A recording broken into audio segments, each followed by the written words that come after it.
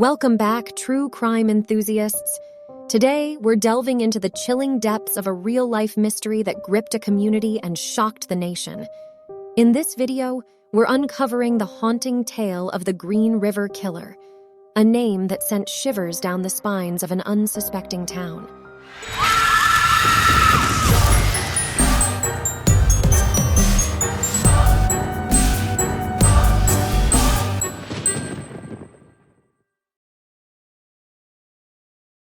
Once upon a time in the 1980s, in a peaceful part of the United States, a mysterious and scary person started doing very bad things. This person, known as the Green River Killer, made many people afraid and sad. But why did he do these terrible things? The Green River Killer was actually a man named Gary Ridgway. He looked normal on the outside, but inside he had some very bad thoughts. When we look at his past, we see some troubling things. He had bad relationships, and he liked thinking about violence. He thought he was better than other people, and this made him want to hurt them. The Green River Killer did very bad things because of his messed up thoughts and feelings. Gary Ridgway, also known as the Green River Killer, employed a chilling pattern in the way he killed his victims. He primarily targeted young women and girls, many of whom were involved in sex work or had transient lifestyles. He would approach his victims, often offering them money or posing as a potential client for sex work. Once he gained their trust, he would overpower them and take them to a secluded location. This could be in his vehicle or at another location. Ridgway would then sexually assault and strangle his victims, often using excessive force.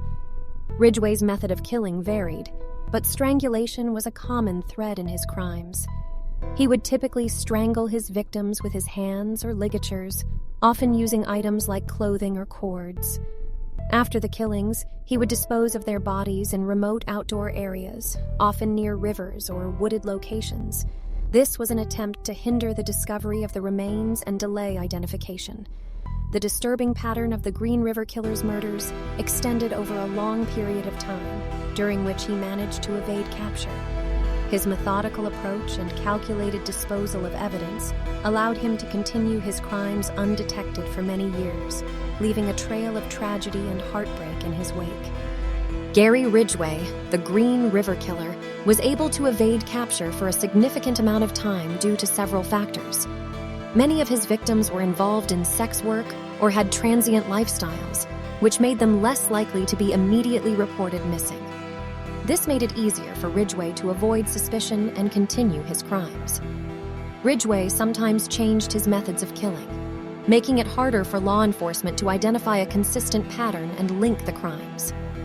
During the early years of his crimes, forensic technology and DNA analysis were not as advanced as they are today. This made it more difficult to connect him to the murders using the limited evidence available. Ridgway was skilled at misleading investigators. He often provided false information, including misleading tips, which diverted attention away from him. The Green River Killer operated across a wide geographic area, spanning multiple jurisdictions. This complicated the coordination of efforts among law enforcement agencies. However, as technology and investigative techniques improved, law enforcement agencies began to collaborate more effectively. Advances in forensic science, particularly in DNA analysis, played a crucial role in his eventual capture. In 2001, DNA evidence conclusively linked Ridgway to some of the murders, leading to his arrest and subsequent confession. The case of the Green River Killer serves as a reminder of the challenges law enforcement can face when dealing with a highly adaptable and evasive serial killer. It also highlights the importance of persistence, advancements in forensic science, and interagency cooperation in solving complex cases. Now let's jump to today. The Green River Killer isn't doing bad things anymore because he got caught. He is in jail, and he will never be free again. This is good because he can't hurt anyone else. Even though he's in jail, the pain he caused is still felt. Families of the people he hurt are sad and hurt forever. The community is also affected, and people remember what he did. Ridgway is currently incarcerated at the Washington State Penitentiary in Walla Walla, Washington, where he is serving life in prison without the possibility of parole. But the story he left behind is a warning. It shows us that some people can do very bad things, even if they seem normal. It also reminds us that justice is important, and we must always work to stop those who want to hurt others. The story of the Green River Killer is a sad and scary one, but it also teaches us to be watchful and caring. We can make our communities safer by looking out for each other and not letting darkness hide in plain sight. Thanks for watching. Please subscribe to Ride in Our Safari.